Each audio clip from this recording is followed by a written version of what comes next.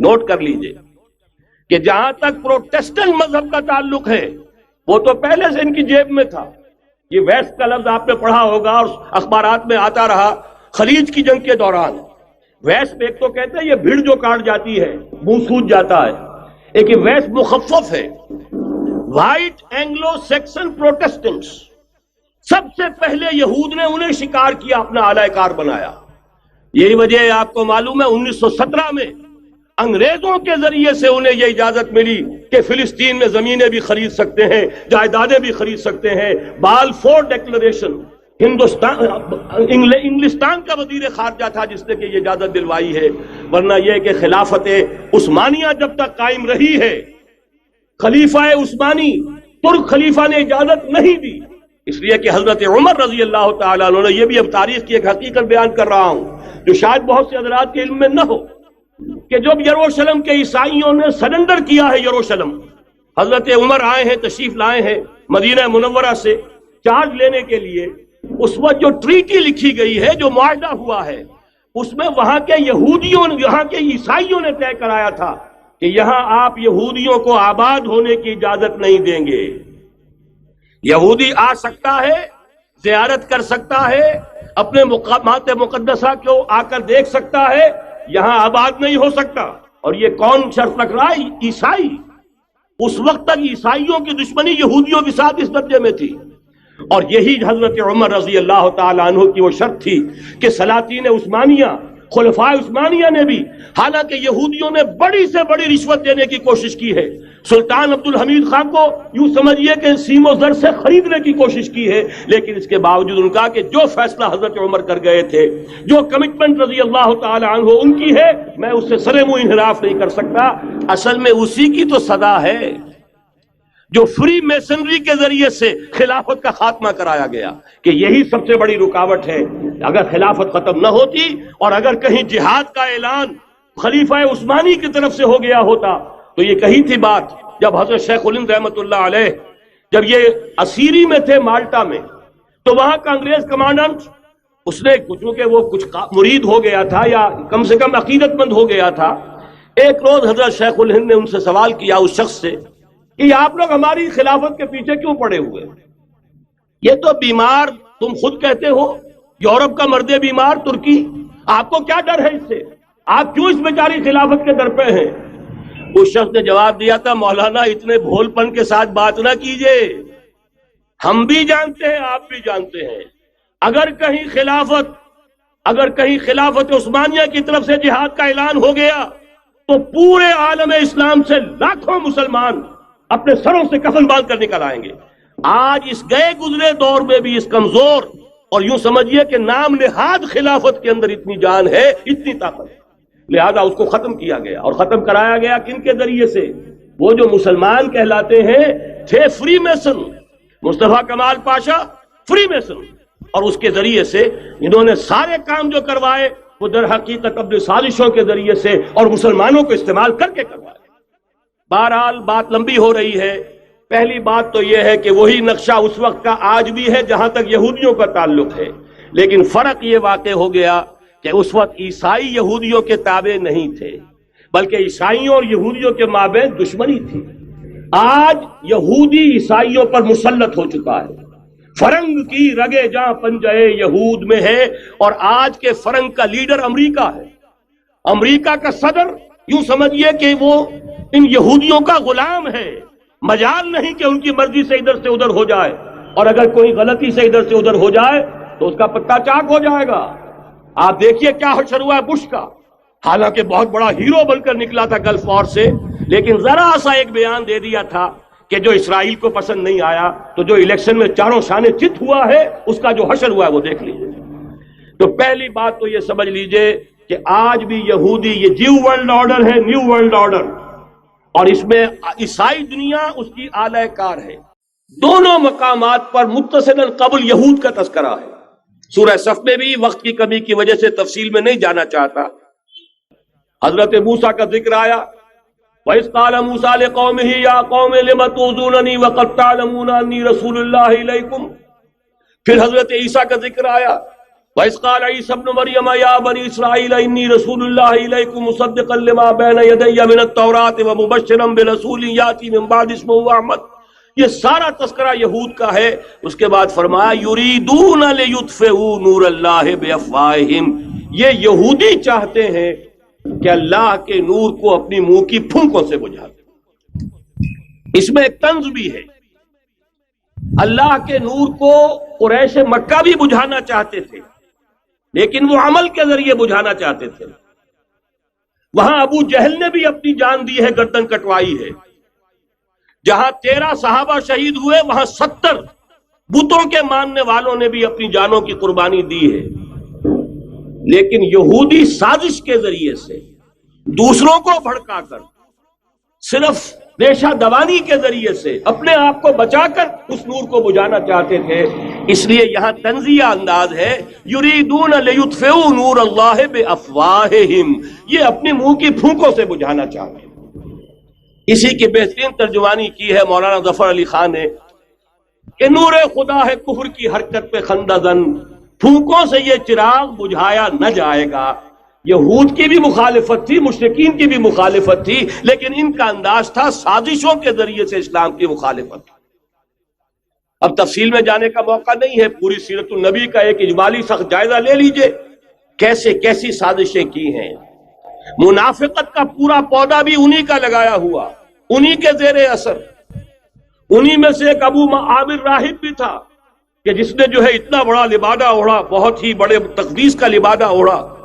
انہی میں سے عبداللہ ابن ابی تھا، ان منافقین میں سے جو مارے آستین بن کر جو ہے اندر سے اسلام کو سیبوٹاج کرتا رہا۔ یہ سب یہود کے کارندے، یہود کے ایجنٹ تھے۔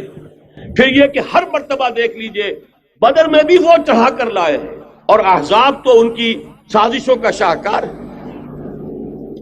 اب میں جو بات کہنا چاہتا ہوں وہ یہ ہے کہ تاریخ اپنے آپ کو دہرا رہی ہے۔ یریدون لیطفئوا نور اللہ بافواہہم، آج بھی بعین ہی وہ صورتحال موجود ہے۔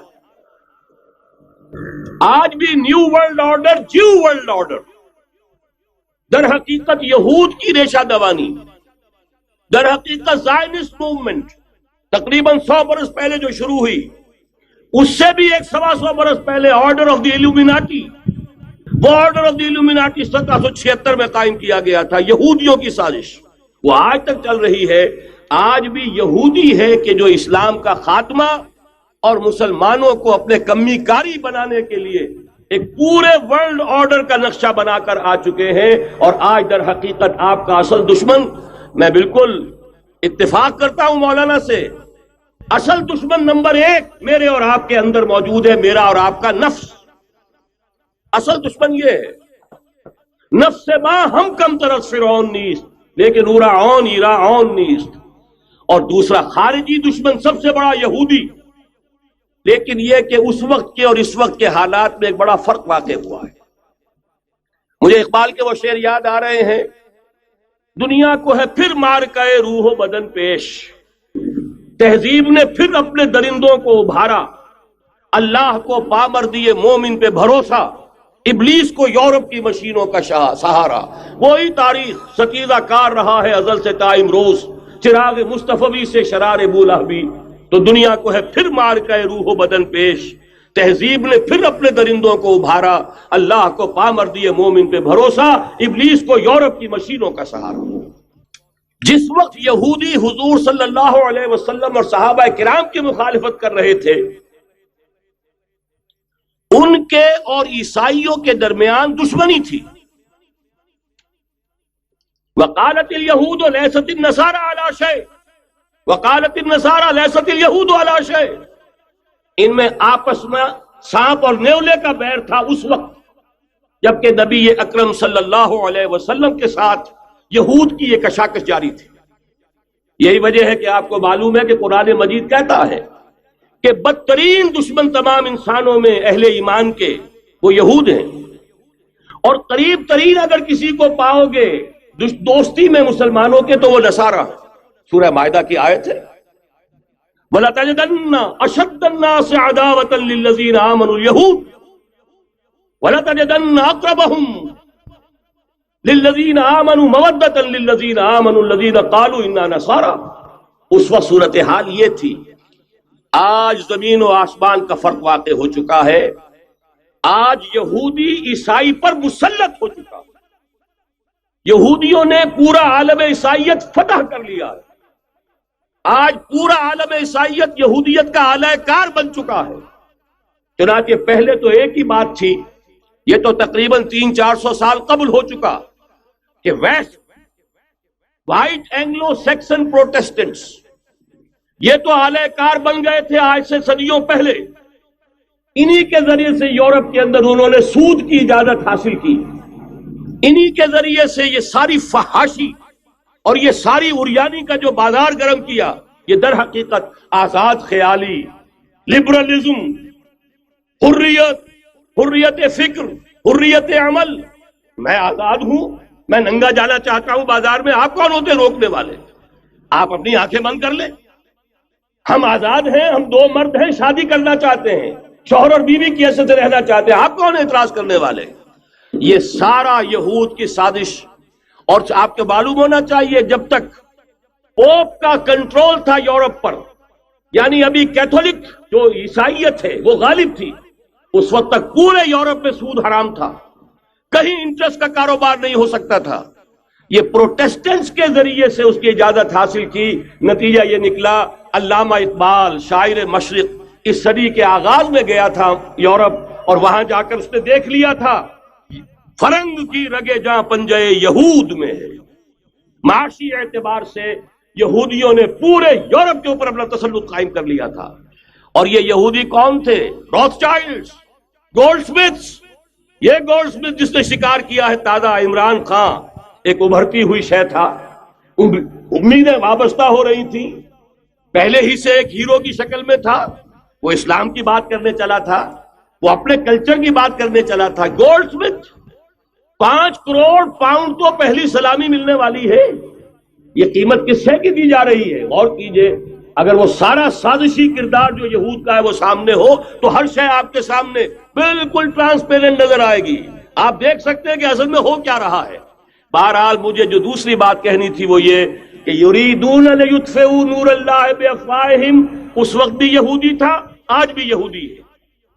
لیکن فرق یہ واقع ہوا ہے کہ اس وقت یہودی کے کنٹرول میں عیسائی نہیں تھے، بلکہ 1200 برس تک یہودیوں کے اوپر ظلم و ستم بلکہ ہوتا رہا عیسائیوں کے ہاتھوں. پورے یورپ میں پرسیکیوٹڈ تھے. انہیں اگر کہیں سہارا ملا مسلمانوں کے ذریعے سے اسپین میں ملا ہے. اب اس پہ نوٹ کیجئے کہ اس وقت کی فضا ہے کیا. عالم اسلام میں سے عالم عرب ان کے شکنجے میں جا چکا. کیوں بنا کر کھڑے ہوئے ہیں اسرائیل کو ماننے کے لیے اور سر تسلیم خم کرنے کے لیے. انہیں بلا کر میڈرڈ میں پیش کیا گیا یہودیوں کے سامنے کہ تم جن کے ساتھ ایک ٹیبل پر بیٹھنے کو تیار نہیں تھے، میڈرڈ میں آؤ اپنا قبرستان دیکھو. یہ اسپین کی سرزمین جہاں تم نے 800 برس حکومت کی تھی، یہ تمہارا قبرستان، یہاں آؤ اور بیٹھو اور ان کے ساتھ بات کرو. گئے تھے کہ نہیں تمام فرنٹ لائن سٹیٹس میڈرڈ میں؟ حالانکہ کوئی بین الاقوامی کانفرنس کبھی میڈرڈ میں نہیں ہوئی. یا تو یہ واشنگٹن میں، بعد میں وہ سارے معاملات واشنگٹن میں چلے. شروع وہاں سے کیا، اس لیے کہ نیوز ویک کا کچھ عرصے پہلے کور سٹوری جو تھی 1992 is the year of Spain. Why? 1592 was the year of the fall of Granada. 1492 میں 1492 میں غرناطہ کا سقوط ہوا اور پورے آئیبیرین پیننسولا سے ایک ایک مسلمان بچہ نکال کر ختم کر دیا گیا، یا زندہ جلا دیے گئے، یا تہہ تیز کر دیے گئے، یا جہازوں میں بھر بھر کر. اور آپ کو معلوم ہے میڈیٹرینین کی حیثیت کیا ہے؟ خلیج ہے، ایک معمولی سی خلیج. ادھر سے اسپین کا ساحل قریب آ جاتا ہے، اسپین کے ساحل سے جہازوں میں بھرا اور نارتھ افریقہ کے ساحل کے اوپر پھینک کر آ گئے. پورے ہسپانیہ میں جہاں 800 برس مسلمان کی حکومت رہی، ایک بچہ بھی مسلمان نام کا موجود نہ رہا.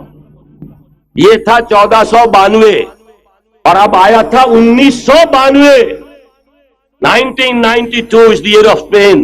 اسی لیے ورلڈ اولمپکس رکھے گئے، وہاں دلہن کی طرح سجایا گیا ہسپانیہ کو اور بلایا گیا، طلب کیا گیا، سمن کیا گیا تمام دول عرب کو، آؤ یہاں بیٹھو اور یہاں بیٹھ کر اپنے ان یہودی دشمنوں کے ساتھ مصالحت کی بات شروع کرو۔ بہرحال نوٹ کر لیجئے، عالم عرب جا چکا، کوئی دن کی بات ہے، میں سنسنی پیدا نہیں کرنا چاہتا، لیکن حالات اور واقعات سے نگاہیں بند کرنا بھی کوئی دانش مندی کی بات نہیں ہے۔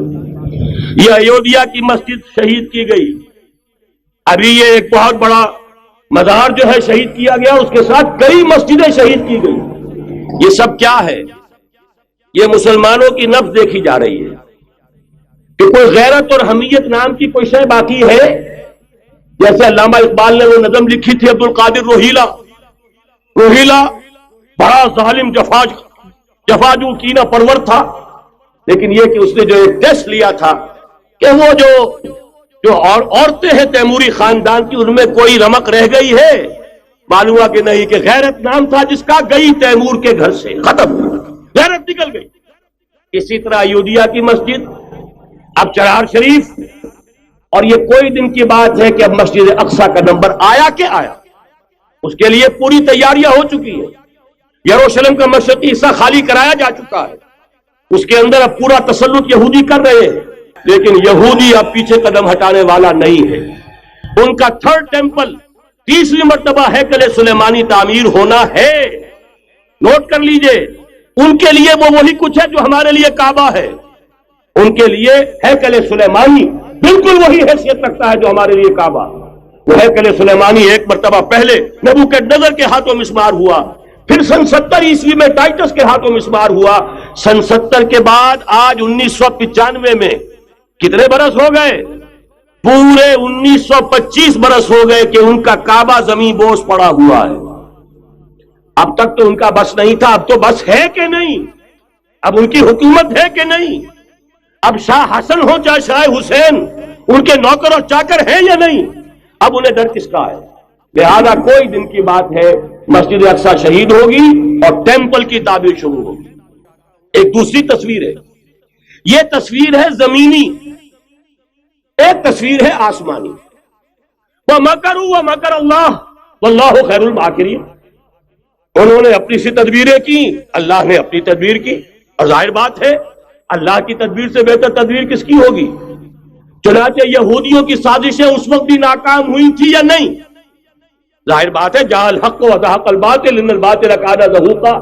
لہذا یہ آیتیں دونوں اعلان کر رہی ہیں کہ یہودیوں کی سازشیں بالآخر ناکام ہوں گی اور دین حق کا بول بالا ہو کر رہے گا۔ یہ تو ان آیتوں سے ظاہر ہے۔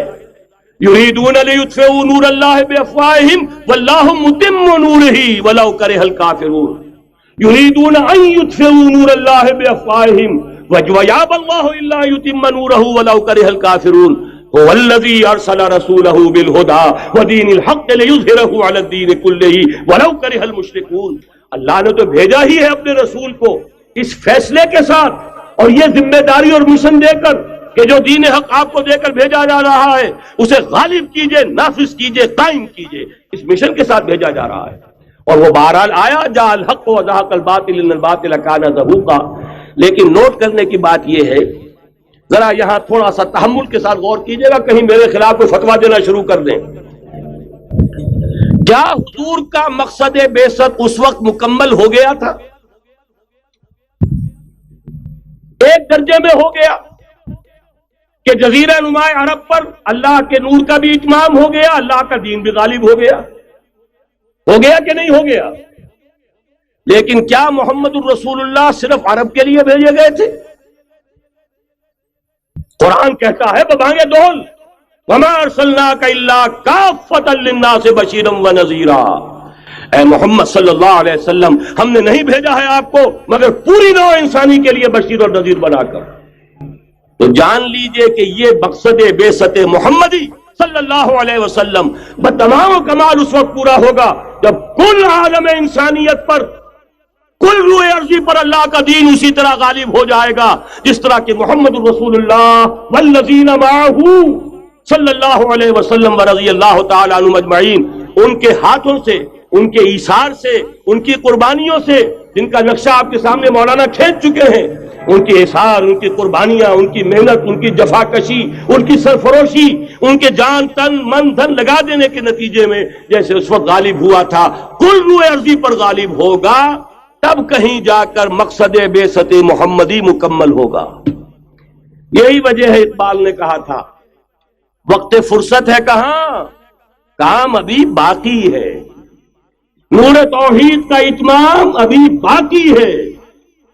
لیکن ساتھ ہی خوشخبری بھی دی تھی، یہ چمن معمور ہوگا نغمہ توحید سے، آئے گا وہ دور، یہ چمن معمور ہوگا نغمہ توحید سے، لازماً آتا رہے گا۔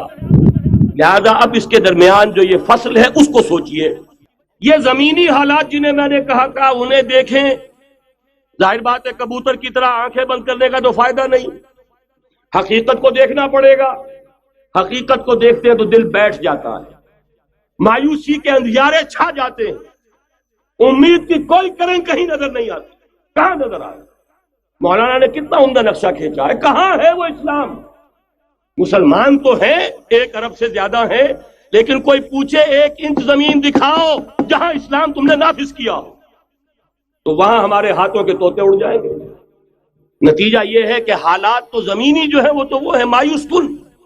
اس میں ظاہر بات ہے کہ امید کا دامن تھامنے کے لیے ہمیں کوئی چیز چاہیے، اور وہ چیز ہے جو محمد عربی صلی اللہ علیہ وسلم اپنی خوشخبریوں کی شکل میں دے کر گئے۔ آپ نے اپنے دور سے لے کر قیامت تک 5 دور گنوا دیے۔ تکون النبوۃ فیکم ما شاء اللہ ان تکون ثم يرفع اللہ اذا شاء يرفعها ثم تکون خلافۃ علی منہاج النبوۃ ثم تکون ملکا عاضا ثم تکون ملکا جبریا ثم تکون خلافۃ علی منہاج النبوۃ۔ یہ طویل حدیث کا میں نے صرف خلاصہ سنایا ہے آپ کو۔ مسند احمد ابن حنبل کی روایت ہے، حضرت نعمان ابن بشیر راوی ہے رضی اللہ تعالی عنہ۔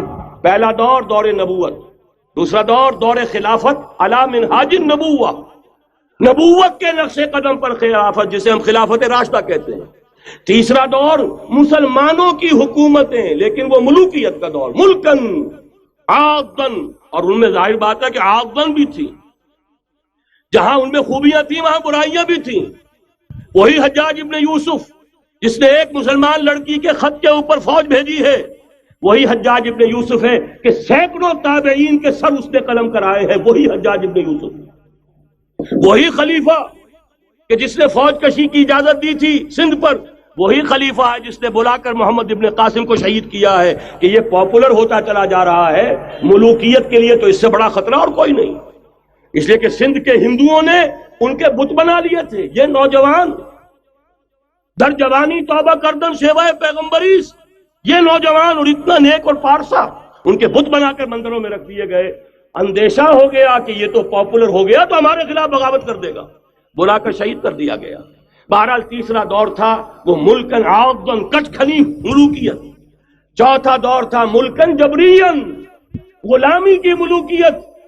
پہلے کم سے کم بادشاہ مسلمان نام کے تو تھے، اب تو ہم ملکہ برطانیہ کے زیر نگیں تھے، تاج برطانیہ کے غلام تھے، کہیں بلندیزیوں کے غلام تھے، کہیں کسی اور کے غلام تھے، کہیں اطالویوں کے غلام تھے، کہیں فرانسیسیوں کے غلام تھے۔ یہ چوتھا دور نوٹ کر لیجئے، آدھا ختم ہو گیا، آدھا باقی ہے۔ براہ راست غلامی کا دور ختم ہو گیا، لیکن ریموٹ کنٹرول والی انہی کی غلامی اب بھی چل رہی ہے۔ فیصلہ وہی ہے جو مولانا نے کہا، تسبیح یا امریکہ یا امریکہ یا امریکہ۔ وہی لوگ، وہی ذہن، وہی ان کی بود و باش، وہی ان کی معاشرت، وہی ان کی سوچ، وہی ان کے اقدار، وہی ان کے نظریات، وہی ان کی معاشیات، وہی ان کی معاشرت، ہر شے وہی ہے، صرف رنگ کا فرق ہے اور کچھ نہیں۔ نظام ابھی وہی ہے، چلانے والے بھی انہی کے پرستار ہیں، بلکہ ریموٹ کنٹرول سے وہی چلا رہے ہیں۔ وہ تو آپ کے بجٹ کا بھی فیصلہ کرتے ہیں، آپ کی الیکٹریسٹی کے ریٹس بھی معین کرتے ہیں۔ تو حال یہ ہے کہ ابھی وہ چوتھا دور ختم نہیں ہوا۔ فرق صرف یہ ہے کہ ڈائریکٹ کی بجائے ریموٹ کنٹرول ہے، لیکن حضور کی خوشخبری یہ ہے، ثم تکون خلافۃ علی منہاج النبوۃ، پھر ایک دور آئے گا خلافت علی منہاج النبوۃ کا۔ یہ محمد الرسول اللہ کی نوید ہے، وہ صادق المصدوق، وہ سچے ہیں، ان کی صداقت پر خود اللہ گواہ ہے۔ لہذا وہ دور آ کر رہے گا، اس میں کسی بھی بندے مومن کے لیے کسی شک و شبے کی کوئی گنجائش نہیں۔ اگلی حدیث اگلی سنیے، اب جب یہ دور آئے گا تو عالمی ہوگا، جیو ورلڈ آرڈر نہیں ہوگا، جسٹ ورلڈ آرڈر ہوگا۔ یہ نیو ورلڈ آرڈر NWO حقیقت میں جیو ورلڈ آرڈر ہے JWO، لیکن اسی کو بدلنا ہے جسٹ ورلڈ آرڈر آف اسلام، اور وہ گلوبل ہوگا۔ دو حدیثوں کا تذکرہ کر دوں۔ حضرت ثوبان حضور کے ایک آزاد شدہ غلام تھے، وہ روایت کرتے ہیں، مسلم شریف کی روایت ہے، یہ صحیحین میں فرماتے ہیں کہ حضور نے ارشاد فرمایا، ان اللہ زوالی الارض فرأیت مشارقها ومغاربها وان امتی سیبلغ ملکها ما زوی لی منها، رواہ مسلم رحمہ اللہ۔ حضور فرماتے ہیں اللہ تعالیٰ نے میرے لیے پوری زمین کو لپیٹ دیا، یہاں تک کہ میں نے اس کے سارے مشرق دیکھ لیے، سارے مغرب دیکھ لیے، اور سن لو مجھ سے، ٹیک اٹ فرام می، میری امت کی حکومت ان تمام علاقوں پر قائم ہو کر رہے گی جو مجھے زمین کو لپیٹ کر اور سکیڑ کر دکھا دیے گئے۔ گلوبل ہوگی کہ نہیں؟ دوسری حدیث سنیے، یہ پھر مسند احمد ابن حنبل کی ہے۔ حضرت مقداد ابن الاسود رضی اللہ تعالی عنہ فرماتے ہیں، حضور نے فرمایا، لا يبقى على ظهر الارض بيت وبر ولا مدر الا ادخله الله كلمة الاسلام بعز عزيز وذل ذليل، اما يعزهم الله فيجعلهم من اهلها او يذلهم فيدونون لها۔ یہ ہے حدیث مسند احمد ابن حنبل کی۔ اور حضرت مقداد فرماتے پھر میں نے کہا اچھا تب تو ہو جائے گی وہی بات، وَيَكُونَ الدِّينُ كُلُّهُ لِلَّهِ، دین کل کا کل اللہ کے لیے ہو جائے گا۔ حدیث کا ترجمہ یہ ہے کہ حضور نے فرمایا روئے زمین پر نہ کوئی اینٹ گارے کا بنا ہوا گھر رہے گا، نہ کوئی اونٹ کے بالوں کے بنے ہوئے کمبلوں کا خیمہ رہے گا جس میں اللہ تعالیٰ کلمہ اسلام کو داخل نہ کر دے۔ لیکن یہ داخلہ دو طریقے سے ہوگا، بعز عزیز و ذل ذلیل، یا صاحب عزت کے اعزاز کے ساتھ، یا کسی مغلوب کی مغلوبیت کے ساتھ، یعنی یا تو اللہ تعالیٰ ان کا اعزاز فرمائے گا اور وہ کلمہ اسلام کے خود قائل ہو جائیں گے۔ جب گھر والا خیمے والا اسلام لے آئے گا تو اسلام اس کے گھر میں داخل ہوگا، اس کو بھی عزت نصیب ہوگی۔ وَلِلَّهِ الْعِزَّةُ وَلِرَسُولِهِ وَلِلْمُؤْمِنِينَ، عزت تو حق ہے اللہ کا، اس کے رسول کا اور اہل ایمان کا۔ اور اگر وہ اسلام قبول نہیں کرے گا تو یؤتُ الْجِزْیَةَ عَنْ یَدٍ وَهُمْ صَاغِرُونَ، چھوٹے ہو کر رہنا پڑے گا، جزیہ دینا ہوگا، اسلام کی بالادستی قبول کرنی ہوگی۔ یہ ہے آسمانی نقشہ۔ یہ اللہ فرما رہے ہیں وَاللَّهُ مُتِمُّ نُورِهِ وَيَأْبَى اللَّهُ إِلَّا يُتِمَّ نُورَهُ لِيُظْهِرَهُ عَلَى الدِّينِ كُلِّهِ وَلَوْ كَرِهَ الْمُشْرِكُونَ۔ یہ اللہ کا فیصلہ ہے۔ ادھر یریدون لیطفئوا ہے، یہ زمینی نقشہ ہے۔ اب شکل کیا ہے؟ اب میں آپ سے عرض کر دوں کہ ان دونوں کے مابین جو خلا نظر آ رہا ہے، کوئی شخص یقین کے ساتھ نہیں کہہ سکتا کہ اب حالات کا کیا رخ ہوگا، اس لیے کہ ظاہر بات ہے قرآن مجید میں مستقبل کے بارے میں خود حضور سے کہلوایا گیا، وَإِنْ أَدْرِي أَقَرِيبٌ أَمْ بَعِيدٌ مَا تُوعَدُونَ۔ لوگوں مجھے معلوم نہیں ہے کہ جس بات کی تمہیں خبر دی جا رہی ہے وہ قریب آ چکا ہے یا دور ہے۔ وَإِنْ أَدْرِي لَعَلَّهُ فِتْنَةٌ لَكُمْ وَمَتَاعٌ إِلَىٰ حِينٍ، اور میں نہیں جانتا، ہو سکتا ہے اللہ کچھ اور مہلت دے دے تمہیں، اور کچھ اور آزمائش جو ہے اس کے لیے تمہارے لیے کوئی اور مہلت عطا فرما دے، ہو سکتا ہے۔ تو میں بھی کسی دعوے سے نہیں کہہ رہا، لیکن دو امکانات ہیں۔ امکان نمبر ایک کیا ہے؟ ابھی عالم اسلام کا ایک سالڈ بلاک ہے جو یہودی ورلڈ آرڈر کی نگاہوں میں کھٹک رہا ہے۔ میں کھٹکتا ہوں دل یزداں میں کانٹے کی طرح۔ اگرچہ ان کی اسٹریٹجی کیا ہے؟ ایک ایک کر کے ان کے حصے بکھرے کر کے تیا پانچا کرو۔ ابھی وہ بلاک کون سا ہے؟ ایران ہے، افغانستان ہے، پاکستان ہے، اور روسی ترکستان سے آزاد ہونے والی جو ریاستیں ہیں، یہ ایک سالڈ بلاک۔ یہ عجمی مسلمان عربی نہیں، عربی گئے، یہ نوٹ کر لیجئے، اس لیے کہ عربوں کو اللہ نے فضیلت دی تھی، محمد ان میں سے تھے صلی اللہ علیہ وسلم، یہ رتبہ بلند ملا جن کو مل گیا۔ لیکن ساتھ ہی اللہ نے دھمکی بھی دے دی تھی سورہ محمد میں، ان تتولوا یستبدل قوما غیرکم، اگر تم پیٹھ دکھا دو گے اس مشن کو جو ہم نے تمہارے حوالے کیا ہے، تمہیں ہٹائیں گے، کسی اور کو لے آئیں گے۔ اور یہ بات ہو چکی ہے 13ویں صدی عیسوی میں، 1258 میں جب سقوط بغداد ہوا ہے، عربوں کے ہاتھ سے عالم اسلام کی قیادت چھین لی گئی، معزول کر دی گئی۔ اس کے بعد قیادت کن کے ہاتھوں میں آئی؟ ترکوں کے ہاتھ میں، ترکان تیموری ہندوستان میں، ترکان صفوی ایران میں، ترکان سلجوقی مڈل ایسٹ میں، اور ترکان عثمانی کا تو کہنا ہی کیا ہے، وہ ایشیا مائنر سے چل کر آپ کو معلوم ہے کہ مشرقی یورپ کا کتنا بڑا علاقہ، دی گریٹ آٹومان امپائر اس صدی کے آغاز تک قائم تھی۔ اس صدی میں عجیب عجیب معجزے ہوئے ہیں۔ گریٹ آٹومان امپائر جو 3 بر اعظموں پر محیط، نام و نشان ختم۔ The great U S S R, نام و نشان ختم۔ اب تو روس صاحب ایک ملک کی حیثیت سے رہ گئے۔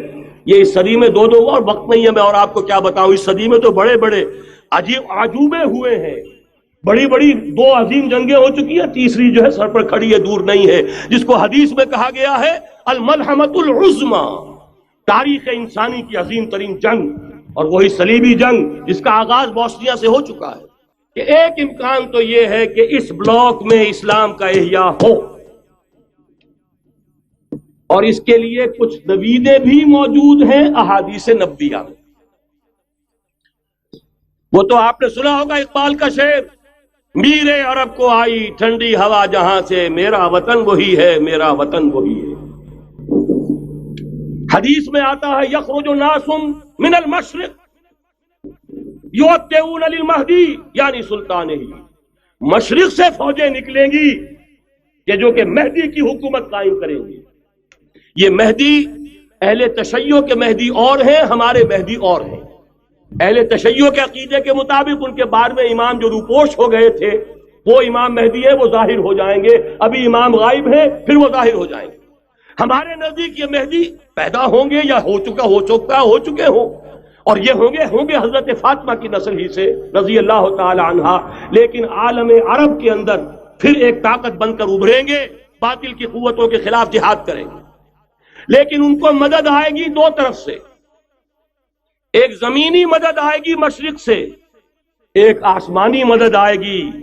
عیسیٰ ابن مریم کا نزول، حضرت مسیح علیہ الصلوۃ والسلام جو زندہ آسمان پر اٹھائے گئے تھے نازل ہوں گے، اور در حقیقت ان 2 مددوں کے نتیجے میں پھر یہود کا قلع قمع ہوگا، اور یہی گریٹر اسرائیل ان کا گریٹر گریو یارڈ بن کر رہے گا، عظیم تر قبرستان بن کر رہے گا۔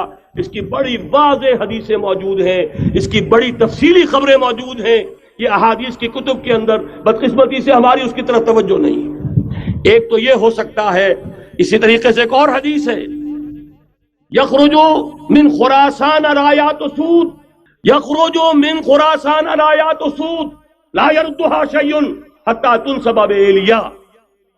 اور خراسان حضور کے زمانے میں آج کے افغانستان کا نام ہے۔ یہ افغانستان میں جو جہاد ہوا ہے، غلطیاں ہوئی ہیں اور غلطیوں کا خمیازہ بھگت رہے ہیں، لیکن جتنا خون یہاں پر خلوص کے ساتھ دیا گیا ہے اس کی مقدار بھی کم نہیں ہے۔ یہاں سے خیر برآمد ہوگا۔ اور دوسری بات اپنے بارے میں نوٹ کر لیجئے، یہ پاکستان، بچا کھچا Pakistan, what remains of Pakistan, یہ اصل میں ہے کیا؟ مولانا بہت خوبصورت انداز میں فرما رہے تھے، یہ 313 نہیں تھے، اسلام تھا۔ اسی طرح نوٹ کیجئے، پاکستان نہیں ہے، 4 صدیوں کی تجدیدی مساعی کا حاصل۔ آپ نے کبھی نوٹ کیا ختم نبوت کے بعد اب سب سے اونچا منصب کس کا ہے؟ مجددین۔ سنن ابی داؤد کی روایت، ان اللہ یبعث فی هذه الامہ علی راس کل 100 عام من یجدد لها دینہا۔ اور نوٹ کیجئے، کوئی بات ہے 1000 برس تک سارے مجدد عالم عرب میں پیدا ہوئے، جیسے ہی دوسرا 1000 سال شروع ہوا، الف ثانی کا مجدد اعظم شیخ احمد سرہندی کہاں تھا؟ صنم خانہ ہند میں حاضر ہوا۔ میں شیخ مجدد کی لحد پر، وہ خاک کے ہے زیر فلک مطلع انوار، گردن نہ جھکی جس کی جہانگیر کے آگے، جس کے نفس گرم سے ہے گرمی اعراض۔ وہ پھر 12ویں صدی کا مجدد اعظم امام الہند شاہ ولی اللہ دہلوی 13ویں صدی کا مجدد اعظم، سید احمد بریلوی اس کے خون کا امین اور اس کے ساتھ کے شہداء کے خون کا امین، ان کے جسموں کا امین آپ کا خطہ ہزارہ، آپ کا خطہ سوات، اس میں ان کی جانیں ہیں جو دی گئی ہیں.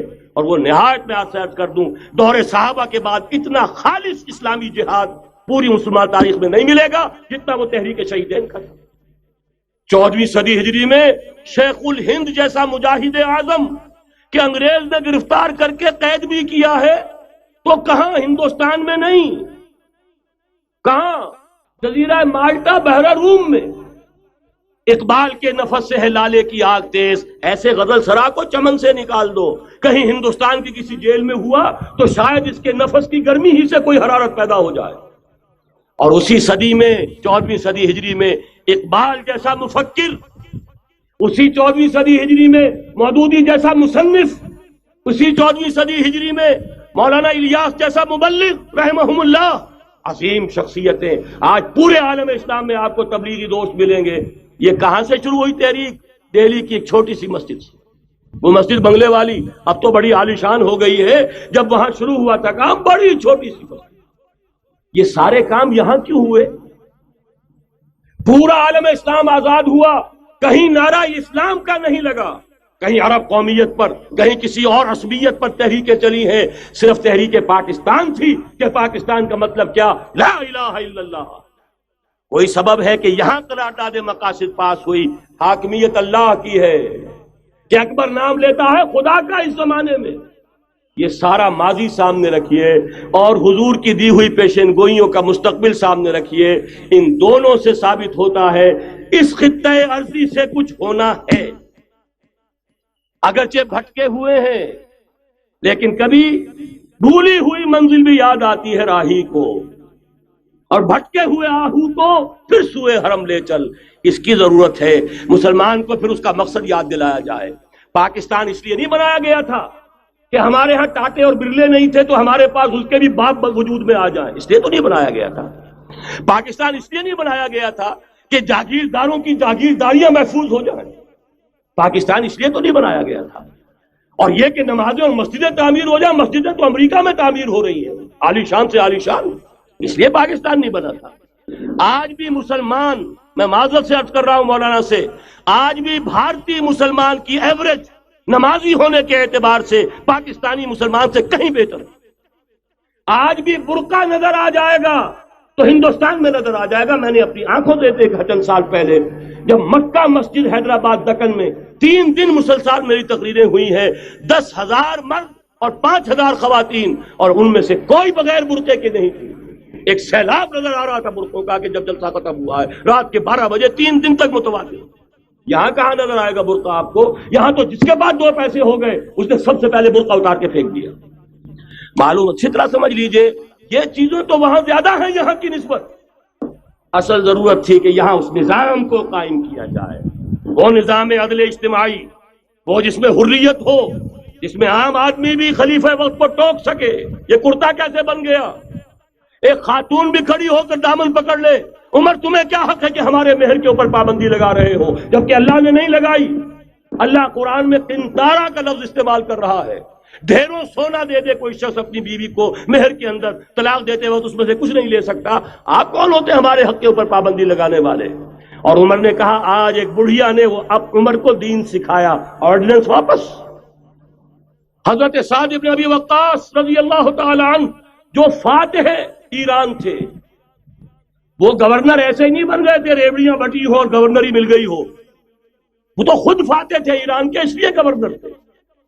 صرف ایک پرچہ پہنچا ہے بارگاہ خلافت میں، حضرت عمر فاروق کے پاس انفارمیشن آئی سعد نے اپنے گھر کے باہر ڈیوڑی بنا لی ہے اور ایک دربان کھڑا کر دیا. حضرت بلال کو بھیجا ہے رقعہ دے کر، اور یہ حکم تھا کہ بلال پہلے تو جاتے ہی ڈیوڑی میں آگ لگا دینا، پھر یہ رقعہ دینا میرا. اور رقعے میں لکھا ہوا تھا اے سعد، لوگوں کو ان کی ماں نے آزاد جانا تھا، تم نے انہیں اپنا غلام کب سے بنا لیا ہے. یہ دربان کھڑے کر دیا اپنے آگے.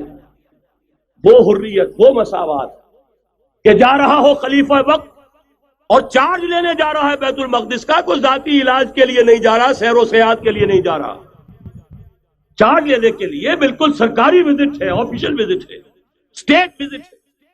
اور حال کیا ہے؟ 700 میل کا فاصلہ طے کرنا اور ایک اونٹنی، کوئی انٹوریج نہیں، کوئی خدم و حشم نہیں، کوئی جمبو جٹ بھرے ہوئے نہیں، کچھ نہیں، ایک اونٹنی ایک خادم۔ اس ایک اونٹنی پر چونکہ راستے کا راشن بھی ہے لہذا 2 آدمی نہیں بیٹھ سکتے، ایک بیٹھ سکتا ہے۔ ایک منزل خلیفہ وقت بیٹھا ہوا ہے اوپر اور خادم نکیل پکڑ کر چل رہا ہے، اگلی منزل خادم اوپر بیٹھا ہے اور خلیفہ وقت عمر بن الخطاب رضی اللہ تعالی عنہ اور وہ آگے آگے نکیل پکڑ کر چل رہے ہیں۔ یہ نظام چاہیے آج نوع انسانی کو۔ اس کے انتظار میں، اس کی تلاش میں نوع انسانی نے کتنے تجربے کر لیے، کیسی چھلانگیں لگائیں، ملوکیت ختم کی، آسمان سے گرا کھجور میں اٹکا، جمہوریت آئی نام نہاد، لیکن وہ سرمایہ دارانہ نظام بن کر آگے سے بڑھ کر لعنت بن گئی۔ پہلے جاگیردار مسلط تھا، اب سرمایہ دار اور کارخانے دار مسلط ہو گیا۔ اس سے نکلنے کے لیے زور لگایا، کمیونزم کی طرف گئے، چھلانگ لگائی، اب ایک پارٹی ڈکٹیٹر بن کر بیٹھ گئی۔ انسان رست از یک بنتا افتاد در بندے دیگر، ایک چیز سے غلامی سے نجات پاتا ہے، دوسری میں پھنس جاتا ہے۔ اور کیوں؟ کہ وہ نظام عدل اجتماعی جو محمد عربی کو دے کر بھیجا گیا تھا، اس کے کسٹوڈین سوئے ہوئے، اس کے کسٹوڈین کو اندازہ ہی نہیں۔ یہ نسخہ تو ہمارے پاس تھا، ہمیں عمل کرنا تھا اور دنیا کے سامنے پیش کرنا تھا۔ پاکستان بنایا اس لیے گیا تھا کہ ہم اس کا ایک نمونہ دنیا کے سامنے پیش کریں گے۔ قائد اعظم نے فرمایا تھا کہ ہم یہ چاہتے ہیں کہ پاکستان کی صورت میں عہد حاضر میں اسلام کے اصول حریت و اخوت و مساوات کا ایک نمونہ قائم کر کے دکھائیں۔ کہاں ہے وہ؟ بھٹک گئے، سو گئے۔ پہلی بات میں مولانا سے معذرت کے ساتھ عرض کروں گا، مولانا نے فرمایا تھا کہ یہاں ایمان بہت ہے، نمازی اکثریت میں ہے، مجھے ادب کے ساتھ اختلاف، ایمان نہیں ہے، یا قرآن جھوٹا ہے یا ہم میں ایمان نہیں ہے۔ قرآن کہتا ہے انتم الاعلون ان کنتم مومنین، اگر تم مومن ہوگے تم ہی سربلند رہو گے، ہم تو سربلند نہیں ہیں، تو کیا کہیں گے؟ قرآن جھوٹا، ایمان نہیں ہے۔ ہمیں موروثی عقائد مل گئے ہیں اپنے والدین سے، ہم by birth, accident of birth مسلمان ہو گئے ہیں، ہم نے اسلام کی کوئی قیمت نہیں دی ہے، اسلام کو کوئی تکلیف جھیل کر اپنے لیے اختیار نہیں کیا ہے۔ پہلا مرحلہ ہے یا ایھا الذین آمنوا آمنوا باللہ ورسولہ والکتاب الذی نزل علی رسولہ، اے ایمان والو ایمان لاؤ۔ ایک درجے میں تو ایمان والے ہو کہ اقرار باللسان کر رہے ہو، آمنت باللہ کما ہوا باسمائہ وصفاتہ وقبلت جمیع احکامہ، اقرار باللسان وتصدیق بالقلب، آمنت باللہ وملائکتہ وکتبہ ورسلہ والقدر خیرہ وشرہ من اللہ تعالی والبعث بعد الموت۔ لیکن یہ اقرار باللسان ہے، کبھی ذرا دلوں میں جھانکو، تصدیق بالقلب ہے۔ تصدیق بالقلب ہو جائے تو زندگی کا نقشہ بدل جائے گا، سوچ بدل جائے گی، ترجیحات بدل جائیں گی۔ آج زندگی سب سے عزیز ہے، پھر شہادت کی موت اس سے کہیں زیادہ عزیز ہے۔ نشان مرد مومن بات گویم جو مر آیت تبسم بر لبے اوست۔ تو پہلا مرحلہ ہے ایمان کی تجدید، ایمان کو تازہ کرو، ایمان کو تازہ کرو، اور اس کے لیے منبع اور سرچشمہ قرآن حکیم۔ هو الذی ينزل على عبده آیات بینات لیخرجکم من الظلمات الى النور۔ قرآن سے ہی لوگوں کو بلاؤ، تلاوت آیات کے ذریعے سے لوگوں کو کھینچو، یہ میگنیٹ ہے جو سلیم الفطرت لوگوں کو کھینچ لے گا۔ پھر اسی کے ذریعے سے تزکیہ کرو، یا ایھا الناس قد جاءتکم موعظۃ من ربکم وشفاء لما فی الصدور، تمہارے سینوں کے اندر جو روگ ہیں ان کا علاج بھی یہی قرآن ہے۔ پھر اسی کی تعلیم دو، یتلو علیہم آیاتہ ویزکیہم ویعلمہم الکتاب والحکمہ۔ یہ پہلا مرحلہ۔ دوسرا مرحلہ جو ایمان اپنا تازہ کر لیں، شعوری طور پر اللہ، آخرت، رسالت، قرآن، محمد الرسول اللہ کی ختم نبوت، اس پر ایمان لے آئے شعوری طور پر، تجدید ایمان۔ نوٹ کر لیجئے سورہ نساء کی وہ آیت، یا ایھا الذین آمنوا آمنوا باللہ ورسولہ، ایمان لاؤ، اے ایمان والو ایمان لاؤ۔ جو لوگ یہ مرحلہ طے کر لیں وہ بنیان مرصوص بنے بیعت کی بنیاد پر. لیکن بیعت کون سی؟ بیعت جہاد. یہ جو بخاری شریف میں ترانہ آیا ہے صحابہ کرام کا، غزوہ خندق میں جب صحابہ کدالیں چلا رہے تھے، خندق کھودی جا رہی تھی، تو ان کی زبانوں پر ایک شعر تھا، نحن الذین بایعوا محمدا علی الجہاد ما بقینا ابدا. ہم وہ ہیں جنہوں نے محمد سے بیعت کی ہے جہاد کی، جب تک جان میں جان ہے جہاد جاری رہے گا. یہ جہاد کی بیعت. سید احمد بریلوی رحمۃ اللہ علیہ نے پہلے بیعت لی تھی بیعت ارشاد، پھر بیعت لی بیعت جہاد، اور اسے کہا یہ سلسلہ محمدی ہے. سلسلہ چشتیہ میں بیعت ہو گئی، سلسلہ سہروردیہ میں ہو گئی، سلسلہ نقشبندیہ میں ہو گئی، سلسلہ قادریہ میں ہو گئی. اب آؤ بھائی سلسلہ محمدیہ میں بیعت کرو، اور سلسلہ محمدیہ جہاد کی بیعت ہے. نحن الذین بایعوا محمدا علی الجہاد ما بقینا ابدا. اس جہاد کی بیعت سے منظم ایک امیر کا حکم، بایعنا رسول اللہ صلی اللہ علیہ وسلم علی السمع والطاعۃ فی العسر والیسر والمنشط والمکرہ وعلی عثرۃ علینا وعلی لا ننازع الامر اہلہ وعلی ان نقول بالحق اینما کنا لا نخاف فی اللہ لومۃ لائم. ایک حدیث متفق علیہ، بخاری میں مسلم میں بھی. یہ ہے وہ اسلامی حزب اللہ کا دستور. نمبر 3 کام کیا ہوگا؟ جہاد. جماعت بن گئی جہاد، لیکن جہاد کا پہلا مرحلہ ہے جہاد باللسان، زبان سے جہاد. دعوت، تلقین، نصیحت، اور ان سب کا مرکز و محور قرآن. جہاد بالقرآن، جہاد باللسان، جہاد بالقرآن. فلا تطع الکافرین وجاہدہم بہ جہادا کبیرا. اے نبی آپ ان کافروں کی باتیں نہ سنیے، ان کے کہنے میں مت آئیے، ان سے کوئی اثر قبول نہ کیجیے، اور ان کے خلاف جہاد کرتے رہیے اس قرآن کے ذریعے سے. بہت بڑا جہاد 13 برس تک جہاد ہوتا رہا ہے قرآن کے ذریعے سے. اے نبی آپ ان کافروں کی باتیں نہ سنیے، ان کے کہنے میں مت آئیے، ان سے کوئی اثر قبول نہ کیجیے، اور ان کے خلاف جہاد کرتے رہیے اس قرآن کے ذریعے سے. بہت بڑا جہاد 13 برس تک جہاد ہوتا رہا ہے قرآن کے ذریعے سے. لیکن اس کے بعد اب مکے میں آ کر، جب اللہ نے مدینے میں آ کر موقع عطا فرما دیا، جب وہاں پر آ کر ایک بیس عطا کر دیا، اب وہاں سے جہاد بالسیف، جہاد بالید کا آغاز ہوا. اب طاقت کے ساتھ، اب طاقت کے ساتھ، قوت کے ساتھ، ہاتھ کے ساتھ جہاد شروع ہوا. اس میں آخری بات عرض کر رہا ہوں، آج کے دور میں اس کی ایک شکل تو وہ تھی جو حضور کے دور میں تھی. 313 کے مقابلے میں 1000 یا 4000 3000 آ گئے تھے احد میں. ادھر سے 1000 نکلے تھے، بعد میں 300 چلے گئے واپس، تو 700 رہ گئے. آج کا معاملہ کچھ ذرا مختلف ہے. نمبر 1 تو یہ کہ جو حکمران ہے وہ خود مسلمان ہے. بے نظیر بھٹو کو بھی کسی نے آج تک کافر تو نہیں کہا، چاہے وہ کفریہ کلمات کہتی رہتی ہے. اسلامی شاعر کا مذاق اڑانے کے بعد اور کون سی کسر رہ گئی؟ لیکن فتویٰ کسی نے لگایا نہیں. لہذا مسلمان ہی حکمران ہے. نمبر 1 وہاں یہ تھا، ایک طرف کافر، ایک طرف اہل ایمان. کلیئر کٹ جو ہے معاملہ موجود تھا. دوسرے یہ کہ یہاں سٹینڈنگ آرمیز ہیں، پیراملٹری فورسز ہیں. وہاں کیا تھا؟ ادھر بھی والنٹیئر، ادھر بھی والنٹیئر. کوئی سٹینڈنگ آرمی، کوئی ٹرینڈ آرمی موجود نہیں تھی. 313 بھی والنٹیئر تھے، 1000 بھی والنٹیئر تھے. البتہ یہ کہ اسلحہ کا فرق تھا. لہذا آج کی دنیا میں معاملہ، اس کی ایک مثال ایرانیوں نے پیش کر دی ہے، اور وہ ہے یک طرفہ جنگ. غیر مسلح، پرامن، منظم احتجاج.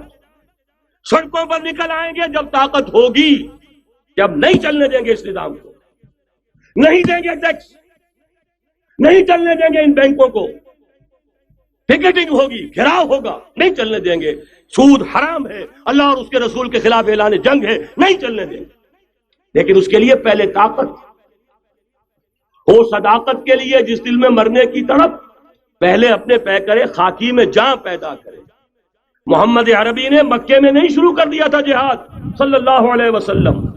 حالانکہ 150-200 آدمی تو وہاں بھی موجود تھے، لیکن یہ کہ نہیں، آپ حالات عالم اسباب ہے اس کا جائزہ لے کر کوئی قدم اٹھائیں گے۔ قرآن میں خود کہا گیا ہے اے مسلمانوں پہلے تم 10 پر 1 بھاری تھے، اب تمہارے اندر الآن فیکم ضعفا، اب کچھ کمزوری آ گئی ہے، اب 2 پر 1 بھاری رہے گا۔ لیکن کمزوری اسی وقت آ گئی تھی، اوسط جو ہے کم ہو گیا۔ نئے نئے جو مسلمان ہوئے تھے ان کی وہ پختگی تو نہیں تھی جو مکے کے مہاجرین کی تھی، جو ان آزمائشوں کی بھٹیوں میں سے گزر کر آئے تھے، جو کندن بن کر نکلے تھے ان آزمائشوں کی بھٹیوں سے۔ لہذا جان لیجئے آج کے دور میں جہاد بالید یک طرفہ جنگ کی صورت میں ہوگا، اور اگر ایرانیوں نے کر کے دکھا دیا تو ڈوب کر مر جانے کا مقام ہے سنی مسلمانوں کے لیے کہ وہ نہ کر سکے۔ جب بھی میں بات کرتا ہوں کہتے ہیں یہاں نہیں ہو سکتا، کیوں؟ یہاں کوئی صاحب ایمان نہیں، یہاں کوئی صاحب غیرت نہیں، کوئی صاحب حمیت نہیں۔ میرے نزدیک جھوٹ ہے۔ جانے دینے کے لیے تو نظام مصطفیٰ میں بھی آ گئے تھے، نام نہاد نظام مصطفیٰ تحریک، ہر جس نظام مصطفیٰ تحریک نہیں تھی وہ صرف بھٹو کے خلاف ایک تحریک تھی، ورنہ ولی خان ہو، پیر پگاڑا ہو اور اصغر خان صاحب ہو، یہ نظام مصطفیٰ کے ماننے والے قائم کرنے والے ہیں، وہ صرف بھٹو کے خلاف تحریک۔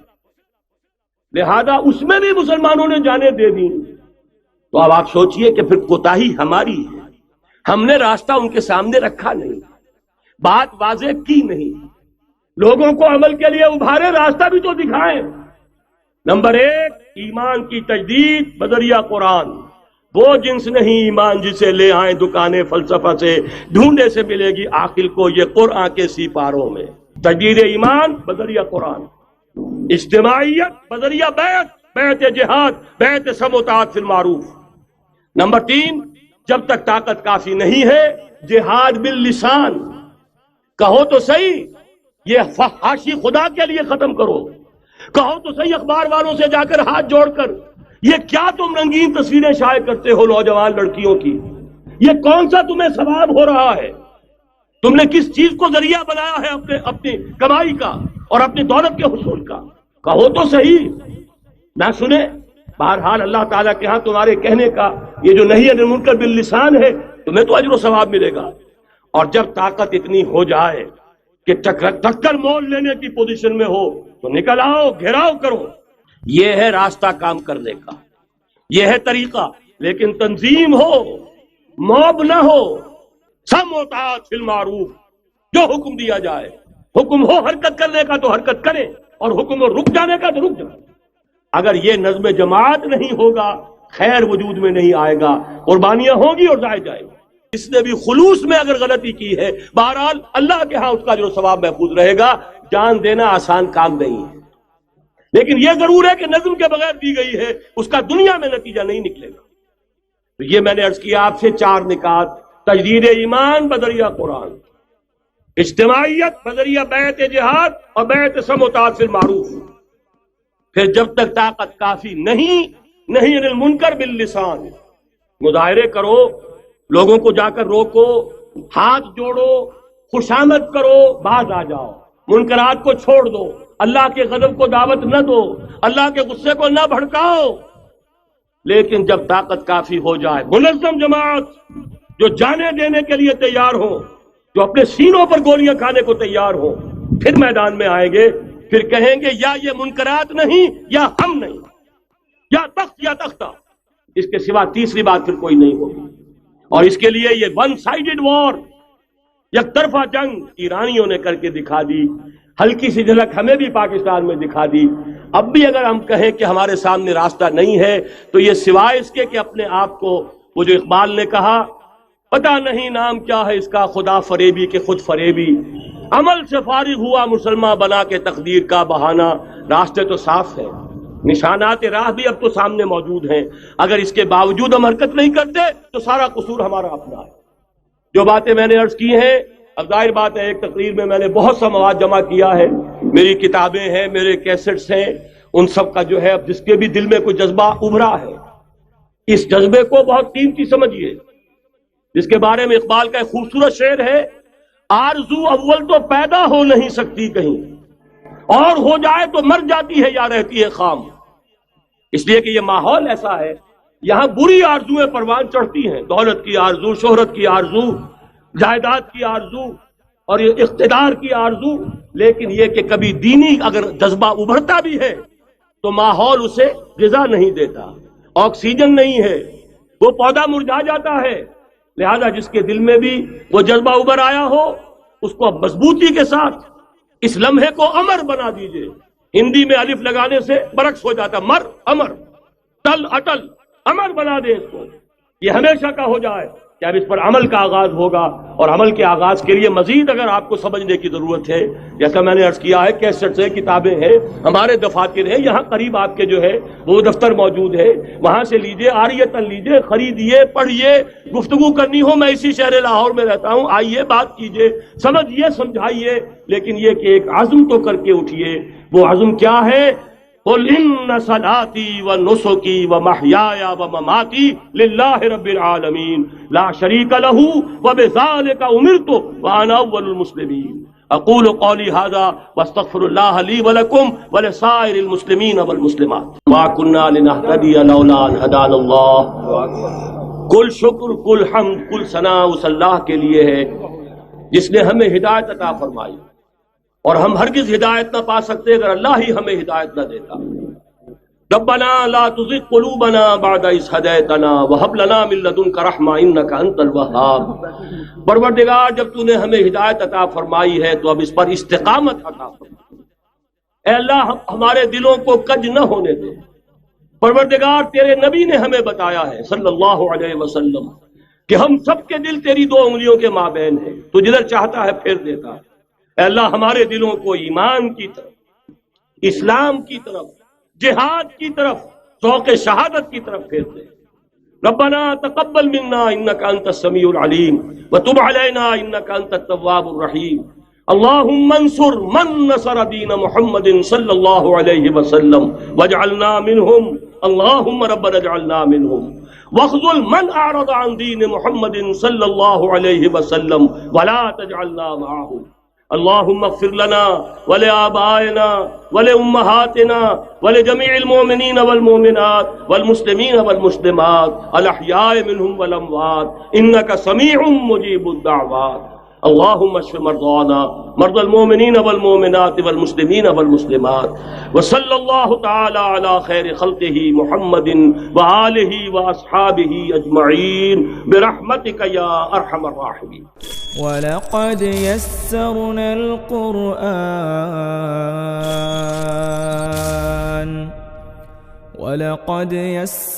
الْقُرْآنَ لِلذِّكْرِ فَهَلْ مِن مُّدَّكِرٍ۔